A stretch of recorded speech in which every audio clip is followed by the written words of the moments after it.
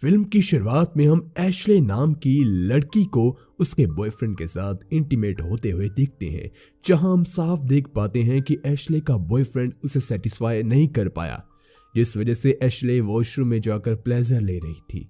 मगर उसे ऐसा करता उसका बॉयफ्रेंड उसे देख लेता है और फिर इसी बात पर दोनों के बीच कहासुनी शुरू हो जाती है और तभी एशले अपने बॉयफ्रेंड से फाइनली ब्रेकअप कर लेती है। अब एशले इस बारे में अपनी दोस्त जुल्स को सब कुछ बताती है, जिस पर उसकी दोस्त जुल्स उसे अपने पास रहने के लिए बुला लेती है, क्योंकि जगह बदलने से एशले को अपनी फ्रेश लाइफ स्टार्ट करने में मदद मिलेगी।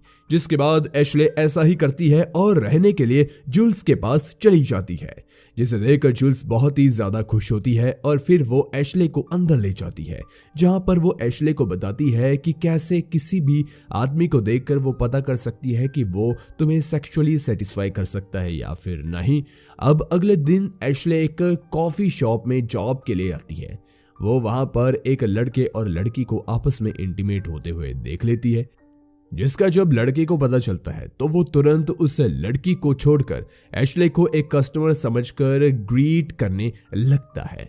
एशले उसे बताती है कि दरअसल वो यहाँ जॉब के लिए मैनेजर से मिलने आई थी। तो वो लड़का एशले को बताता है कि वो ही इस कैफे का ऑनर है, जिसका नाम रैफ होता है, जो कि बिना किसी इंटरव्यू वगैरह के एशले को जॉब पर रख लेता है। अब जब एशले शाम को वापस आती है तो वो वहां उसी लड़की को देखता है जो कि कैफे में रैफ के साथ इंटीमेट हो रही थी। दरअसल ये इनकी रूममेट डेलन होती है। अब डेलन एशले को टॉन्ट मारकर कहती है कि लगता है कि उसका भी मन हमें ज्वाइन करने को कर रहा था। दरअसल दोनों में शुरुआत से ही नहीं बनती और छोटी छोटी बात को लेकर बहस होती रहती है। अब अगले सीन में एशले को स्लेव नाम की एक बुक मिलती है जो कि डेलन की थी, लेकिन एशले उसे लेकर पढ़ने लगती है। बुक किसी नॉलन केट्स नाम के राइटर ने लिखी थी, जिसमें एक मारा नाम की मेड अपने ऑनर की तरफ सेक्सुअली अट्रैक्टेड थी। बुक पढ़कर एशले अपने ही सेक्सुअल थॉट्स में खो जाती है। इसी बीच हमें डेलन की सच्चाई दिखाई जाती है, जो कि किसी अनजान आदमी के लिए लड़कियों का इंतजाम किया करती थी ताकि वो अपनी प्यास बुझा सके। वही अगले दिन जब एशले उस बुक को पढ़ रही होती है तब डेलन आकर उसे डिस्कशन ग्रुप को अटेंड करने की सलाह देती है, जिसके बाद हम एशले को उसके काम पर देखते हैं, जहां रैफ को उसकी बुक मिल जाती है और वो उससे चिढ़ाते हुए कहता है कि मुझे नहीं पता कि तुम इस तरह की लड़की हो।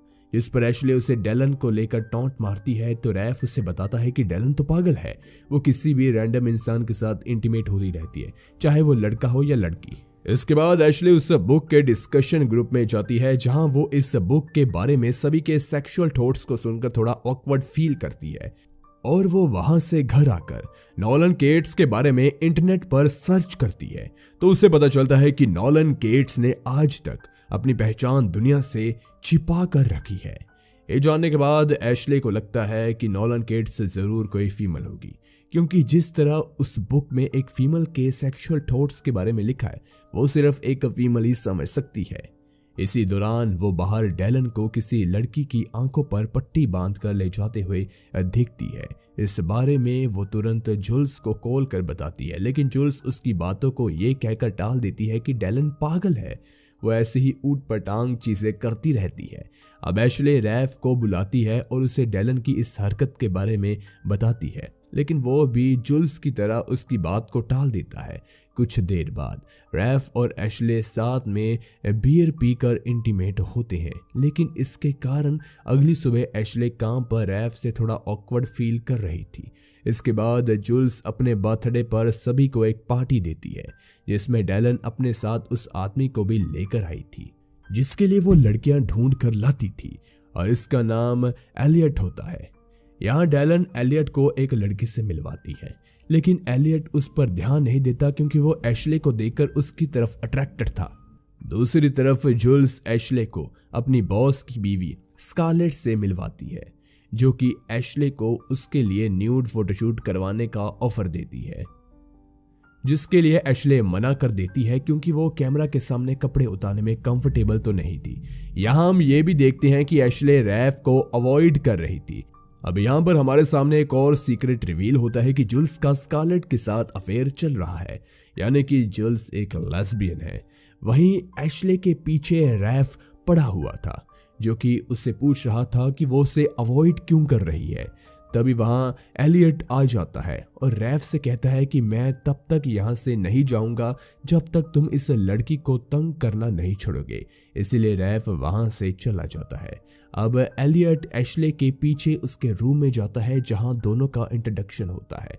तभी एलियट की नजर उस बुक पर पड़ती है, जिसे देखकर वो एशले को बताता है कि ये बुक उसी ने लिखी है और नॉलन गेट्स उसका पेट नेम है, जिस पर पहले तो एशले विश्वास नहीं करती। मगर जब एलियट एशले के फोन से नॉलन के ऑफिस का नंबर डायल करता है तो उसे विश्वास हो जाता है। अब एलियट के जाने के बाद जुल्स एशले को अपने और स्कारलेट के बीच चल रही अफेयर के बारे में बता देती है। अगले दिन एलियट एशले को अपनी नई ऑन नेम की बुक भेजता है और उसे कॉल करके उस बुक का सेकंड चैप्टर पढ़ने के लिए कहता है, जिसे पढ़ते वक्त एशले गर्म हो जाती है और प्लेजर लेने लगती है। लेकिन एलियट उसे ऐसा करने से मना करता है। साथ ही वो उसे कहता है कि अगर तुम्हें रियल प्लेजर चाहिए तो तुम मैं जो कहता हूं वो करती जाओ। इसके लिए एशले मान जाती है क्योंकि वो उससे प्यार करने लगी थी। अब एलियट एशले से कुछ टास्क करने के लिए कहता है, जिसके पहले टास्क में वो एशले को एक दिन बिना ब्रा के बाहर अपने काम पर जाने के लिए कहता है और एशले बिल्कुल ऐसा ही करती है। वहीं कॉफी शॉप में एक आदमी बार बार एशले से कॉफी मांगने के बहाने उसे देखने के लिए आ रहा था।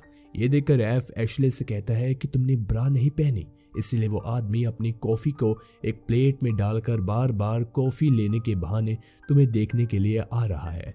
साथ ही वो एशले को तुरंत वापस जाकर ब्रा पहनने के लिए कहता है। मगर इस बात से एशले का कॉन्फिडेंस बूस्ट हो जाता है और वो अगले दिन स्कारलेट के पास अपनी न्यूड फोटोज देने पहुंच जाती है, जिस दौरान स्कारलेट उसे बताती है कि वो अपने हस्बैंड के साथ एक स्लेव की तरह रह रही है।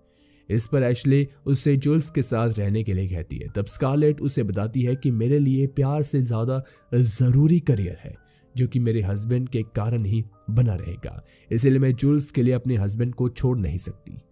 अब वहां से निकलकर एशले देखती है कि एलियट ने उसे कॉल किया था, इसलिए वो कॉल बैक कर उससे माफी मांगती है, जिस पर एलियट उसे कहता है कि तुम मुझे कभी ऐसे इग्नोर नहीं कर सकती।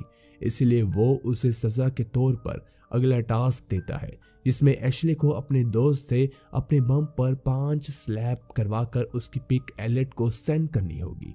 इसलिए एशले जुल्स को ऐसा करने को कहती है, मगर जुल्स इसके लिए तैयार नहीं होती। तो एशले उसे स्कारलेट की कही बात बताती है।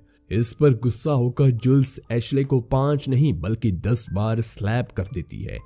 इसके बाद एलियट एशले को अपने घर बुलाता है, जिस दौरान डेलन भी पहुंच गई थी, लेकिन उसे एलियट बांधकर छुपा देता है और फिर वो एशले को बांधकर उसे एक हंटर से मारता है। इससे एशले एक्साइटेड भी हो गई थी, लेकिन एलियट उसे एक्साइटेड ही रहने देता है और कहता है कि जिस चीज के लिए तुम एक्साइटेड हो वो चीज तुम्हें इतनी जल्दी देने में वो मजा नहीं आएगा। अगली सुबह डेलन को एलियट के बेडरूम में एशले का अंडरगारमेंट मिलता है और वो समझ आती है कि एलियट का किसी और लड़की के साथ अफेयर चल रहा है। यहाँ डेलन एलियट से कहती है कि अगर तुम्हें लड़की चाहिए तो तुम मुझे बता सकते थे। इस पर एलियट उसे कहता है कि उसे इस बार सच में प्यार हुआ है, ना कि हर बार की तरह उसे अपने डिजायर को पूरा करना है। इस बात से गुस्सा होकर डेलन वहां से चली जाती है। इसके बाद एलियट एशले को ममिफिकेशन नाम का अगला टास्क देता है, जिसमें वो उसकी पूरी बॉडी को रैप कर देता है और दोनों उसके बाद इंटीमेट हो गए थे। इधर डेलन को एशले के रूम में एक एनवलेप देखकर समझ आ जाता है कि एलियट का अफेयर जिस लड़की के साथ चल रहा है वो एशले ही है। इसलिए वो एलियट को एक वीडियो भेजकर कहती है कि अगर तुमने मेरी बात नहीं मानी तो मैं एशले को ये वीडियो दिखा दूंगी। इसलिए अब एलियट को उसकी बात माननी पड़ती है, क्योंकि वो एशले को खोना नहीं चाहता था। इसीलिए वो डेलन के कहने पर एशले को एक आखिरी टास्क के लिए किसी और के पास से जाने के लिए कहता है। इसलिए पहले तो एशले मानती नहीं, लेकिन एलियट उसे किसी तरह से मना लेता है। अब एशले उस जगह पर पहुंचती है तो वो वहां डेलन को देखकर हैरान रह जाती है, यहाँ पर डैलन एशले के ना चाहते हुए भी उसके साथ इंटीमेट होती है।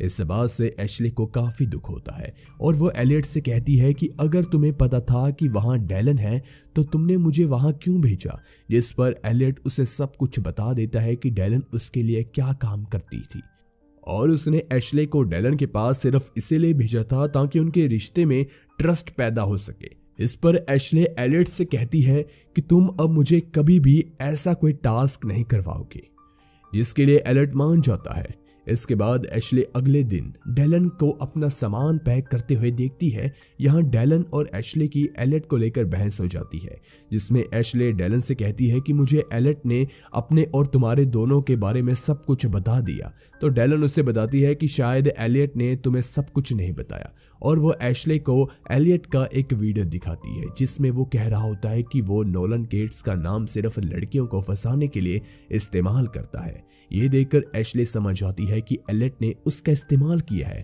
तभी वो डैलन से पूछती है कि एलियट के पास नोलन की न्यू बुक कैसे थी।